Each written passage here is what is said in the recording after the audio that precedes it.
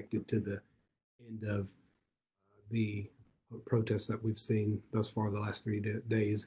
What we do know is we're prepared. We're heavily staffed. We always are going to allow for lawful protests and be ready for anything else. I have to say, though, we understand the frustration because we're just as angry and disgusted as anybody because of the crime that was committed against Mr. Floyd. And we're just going to prepare and allow for First Amendment freedom of expression. But we're also going to be ready if things continue to turn violent.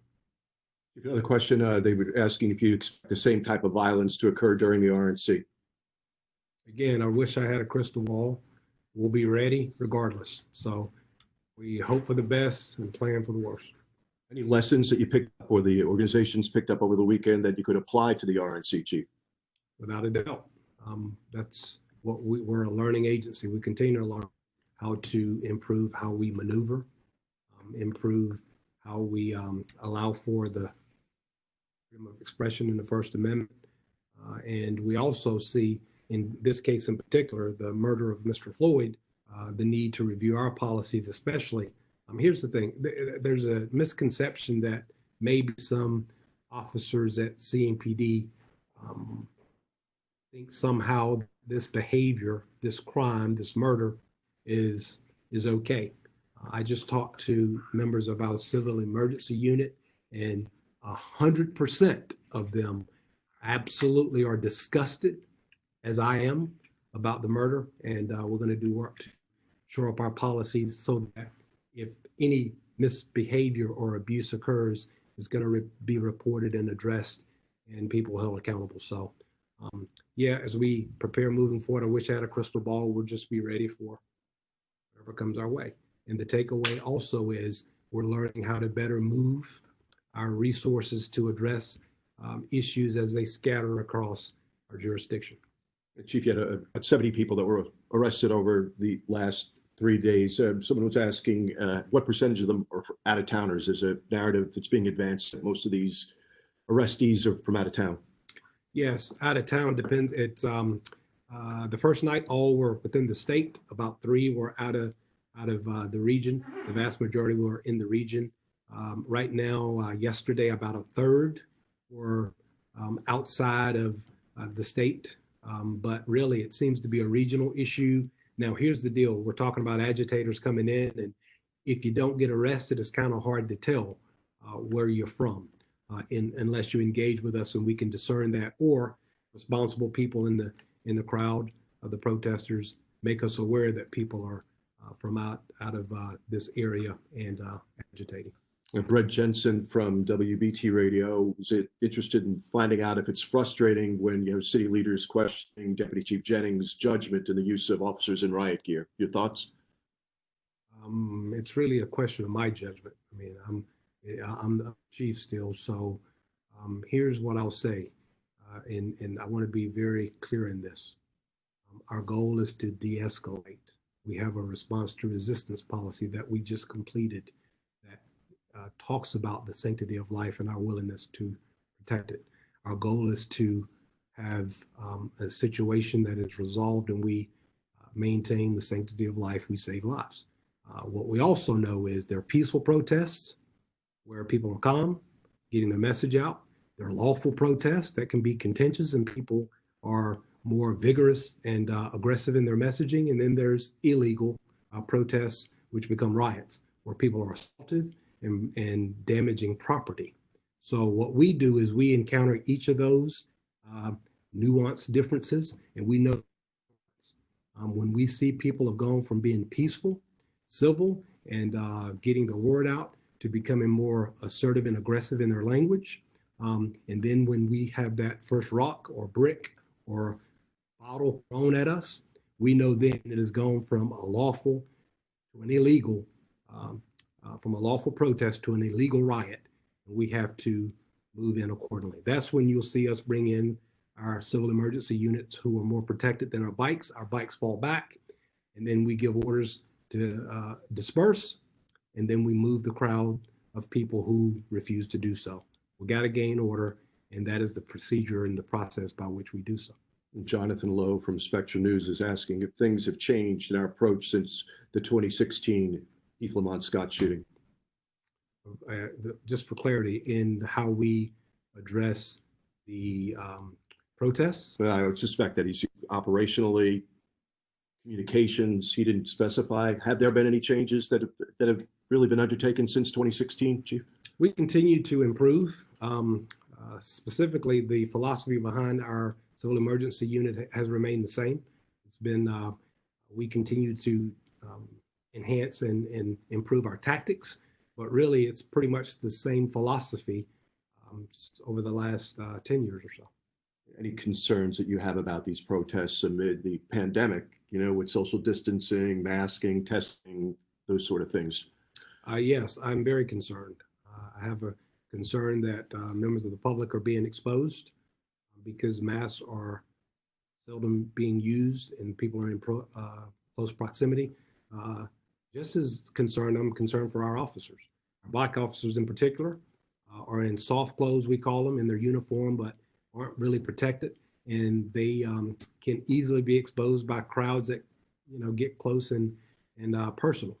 So I'm really concerned about that. We provide PPE, but it's hard to breathe when you have to don a gas mask. So our people are exposed. I am concerned. We're taking measures. We continue to, it's kind of hard to social distance in a riot. So we're doing the best we can. You know, I get a question asking what your thoughts are on people who blame officers for actually being the aggressors and escalating the violent behavior. My opinion is that is totally unfounded. If no one throws a rock or assaults our officers, if no one tries to destroy property, they're lawfully protesting, we encourage and accommodate. Otherwise, we have to maintain order and we will do so. Bruno's asking from Channel 9 if you're expecting protests uptown tonight. We know that there's a scheduled event over in Freedom Park. Anything we expect uptown tonight, Chief? Listen, I wish I had a crystal ball. I keep saying that. We're going to prepare as if the protests were going to go on for a while. Wherever they may go, we will be there. He followed up, wanted to know if you think it would be prudent for the city to enact a curfew. It's going to depend. There are a lot of ways to enact a curfew, and you got to talk about where, you got to talk about time frame. So it depends on what we continue to see. Right now, we're managing it in a pretty good way. Our people are able to continue to maintain order in response to the violence and the damage. So until we see the need to have further restrictions, we're not going to request it. Andrew from fully involved media is asking, during the first night of violence against Metro Division, was the civil emergency unit already there, or did it take a last minute effort to get them mobilized and deployed? Well, we have been aware of the fallout since the murder occurred of Mr. Floyd. So we've been preparing and mobilizing since we saw what happened. So we were ready, but you can't anticipate. You saw us there. We were there pretty quickly. Yeah, Brett Jensen for BT. From a personal standpoint, characterize how this all makes you feel. Does this sadden you to see this kind of activity in a city that you love so much? Well, I think I was pretty clear. I'm disgusted that a murder occurred by a former police officer in uniform and people stood by and did absolutely nothing to stop it.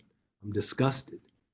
So what we're trying to do, what we're doing now is reviewing all of our policies to make sure that we can do everything we can to prevent anything from happening here. And I'll tell you, we got good people here. This guy, it's not a issue of following policy.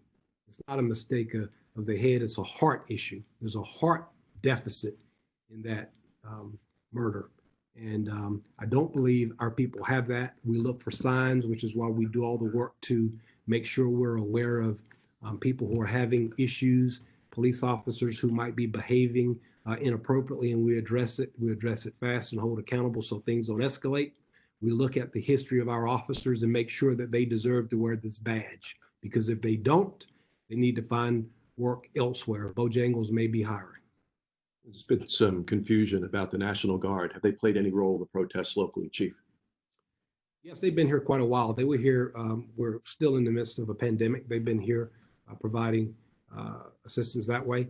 And so this mobile, everybody's worried about this declaration. It's really an administrative process so that we can get the resources we need to protect infrastructure so that we can deal with people. So yes, they are here. They're ready to help. We had greater needs in other areas, so we've also been able to allow for that support. But the whole point of initiating the declaration is we can quickly mobilize the Guard if necessary to protect infrastructure. And can the same be said for the State Bureau of Investigation? Are they assisting? We have all of our partners really on standby. So yes. No, you were slamming today, late night last night. You haven't had much of an opportunity to look at the headlines, I'm sure, from what's going on today. But apparently, the president said sometime today, President Trump, that governors, and this is a quote, need to dominate the streets, get those streets back. Do you feel your department has been tough enough to maintain order?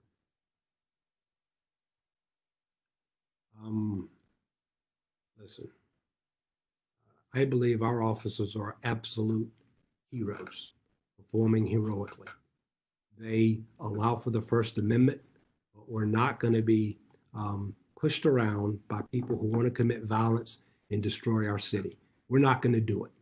And they're just like I am, passionate, assertive at protecting the people and the property in the city. And that's exactly what I see. I expect no less, and they continue to impress me.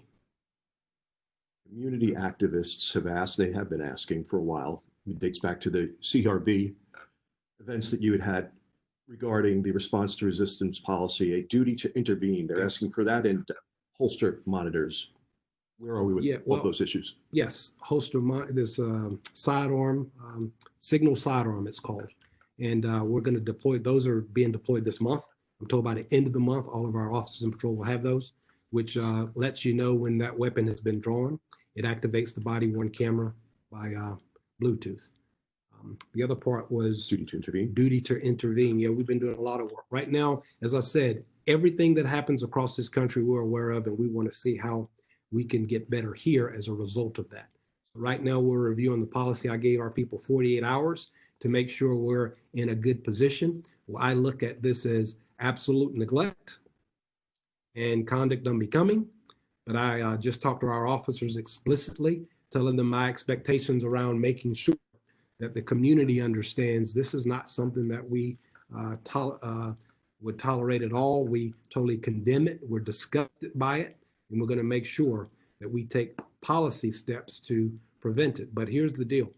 I would imagine, seeing as how they have failure to intervene directives, that you got to be more about educating the heart, testing the people, and making sure you have good people, more so than just good policies that are on paper. We have to live those policies, and that's what I expect of our people. So yeah, we're reviewing them to make any adjustments as necessary, but mostly I'm testing people by their heart. We're having conversations about how we all agree that what happened is disgusting, detestable, and can't be defended, and definitely won't be tolerated. That was the last one that came in through the chat forum, Chief, from reporters tonight. Anything you wanted to leave the community with before we wrap? Absolutely. Two things, one of which I'm humbled and amazed and appreciative of the work that the community is doing right now. We're all hurting. We're all hurting. External to the organization, the community at large, people have been doing work to prevent unrest, trying to improve in a lot of the areas of community and police relations. I think we've made strides. We still have work to do. I want to encourage them to continue to stand up and continue to commit to do the work with us. To our officers and their families, I appreciate your sacrifice. I know I say it, but I can't say it enough. I say it on behalf of all the community members I'm hearing about who stand with you, as long as you're doing the right thing in the right way, and will tolerate no less. A community has to dictate how they're policed. We're hearing from our community right now, those who are really wanting to do positive, make positive change. We're already underway at some of the review that I hear, especially in the area about the intervention. You will hear in a couple of days exactly where we stand on that. There are some enhancements, but I'll tell you this, more importantly is, this is work about the heart, not about policies written on the page. This is making sure we have people here who are doing the right thing. And I can tell you, based on what we've seen over the last 3 days, for an officer, a man or woman, to wake up, suit up, and engage, and especially when it goes from lawful protest to riot, and still wake up energized to do the work to keep the city safe, I could not be more pleased. We should all be proud. And I know you share my pride in the work that we're doing to keep you safe. Appreciate it, Chief.